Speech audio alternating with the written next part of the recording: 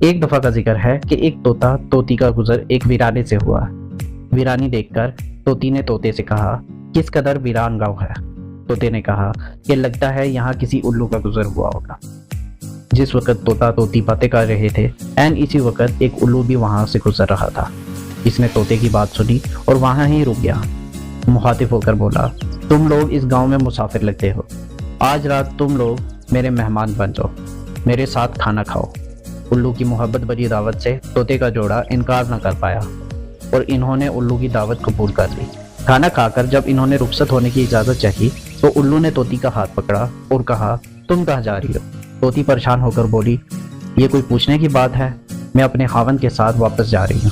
الو یہ سن کر ہنسا اور کہا، یہ تم کیا کہہ رہی ہو، جبکہ تم تو میری بیوی ہو۔ اس پر طوطا اور طوطی الو پر جھپٹ پڑے اور گرما گرمی شروع ہو گئی۔ دونوں میں جب بحث تکرار بڑھ گئی تو الو نے طوطے کے سامنے ایک تجویز پیش کی اور کہا کہ ایسا کرتے ہیں کہ ہم تینوں عدالت چلتے ہیں، اپنا مقدمہ قاضی کے سامنے رکھتے ہیں، قاضی جو بھی فیصلہ کرے گا ہمیں قبول کرنا ہوگا۔ الو کی تجویز پر طوطا اور طوطی مان گئے اور تینوں قاضی کی عدالت میں پہنچ گئے۔ قاضی نے دلائل کی روشنی میں الو کے حق میں فیصلہ کر دیا اور عدالت برخاست کر دی۔ طوطا اس قدر بے انصافی پر روتا ہوا چل دیا تو الو نے آواز دی، بھائی اکیلے کہاں جا رہے ہو، اپنی بیوی کو تو ساتھ لے جاؤ۔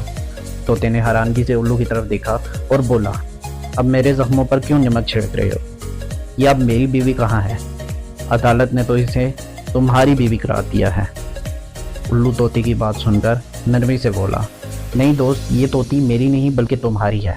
میں تمہیں صرف یہ بتانا چاہ رہا تھا کہ بستیاں الو ویران نہیں کرتے، بلکہ بستیاں تب ویران ہوتی ہیں جب ان میں سے انصاف اٹھ جاتا ہے۔